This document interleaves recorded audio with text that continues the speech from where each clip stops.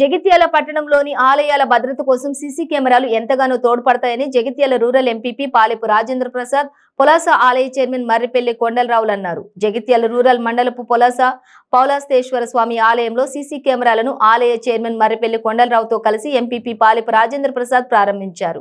ఈ సందర్భంగా ఎంపీపీ రాజేంద్ర ప్రసాద్ ఆలయ చైర్మన్ కొండలరావులు మాట్లాడుతూ పొలాసలోని పౌలాస్తేశ్వర స్వామి ఆలయానికి ఎంతో ప్రశస్త్యం ఉందని, భక్తులకు కొంగు బంగారంగా విలాసిల్లుతుందన్నారు. ఆలయాన్ని ఎమ్మెల్యే సంజయ్ కుమార్ సహకారంతో అభివృద్ధి చేస్తామని పేర్కొన్నారు. ఆలయాలే లక్ష్యంగా దొంగతనాలు జరుగుతున్నాయని, దొంగల బారి నుండి ఆలయాన్ని రక్షించుకునేందుకు సీసీ కెమెరాలు ఏర్పాటు చేసుకుని అందుబాటులోకి తీసుకొచ్చామని తెలిపారు.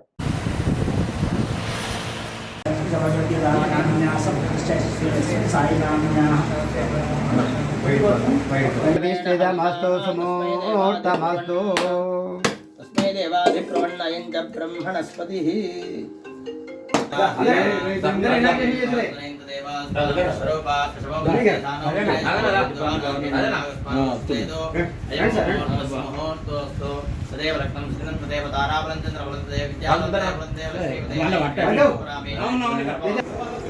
అందరికీ నమస్కారం.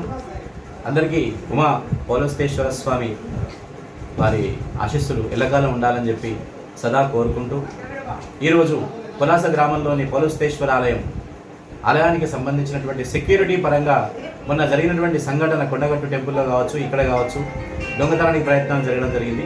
దాన్ని దృష్టిలో పెట్టుకొని తారా కంప్యూటర్స్ వారి సహకారంతో 1,00,000 రూపాయల పైన ఖర్చు చేసి బ్రహ్మాండంగా గుడి చుట్టూ ఒక సీసీ కెమెరా పర్యంతం నిర్మించడం జరిగింది.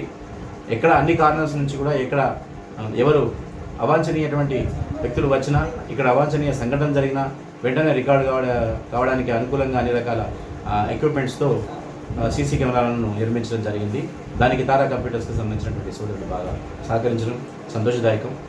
ఇందులో భాగంగా ఈ నెల 22, 23, 24వ తారీఖులో పౌలాస్తేశ్వర స్వామి ఉమా మహేశ్వరుని యొక్క కళ్యాణం ఇక్కడ అంగరంగ వైభవంగా జరుగుతుంది.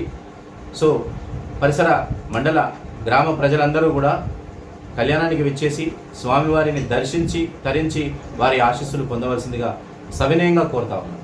2 టర్ముల నుంచి పూర్తి స్థాయిలో అభివృద్ధి చెందుతున్నది. ఎందుకనంటే గతంలో కళ్యాణ మండపం లేదు, ఇవాళ కళ్యాణ మండపం అయింది. ఈ గుడికి ఎంత చేసినా తక్కువనే. మరి అలాంటిది దీన్ని కాపాడుకోవాల్సినటువంటి బాధ్యత కూడా మనందరి మీద ఉన్నది.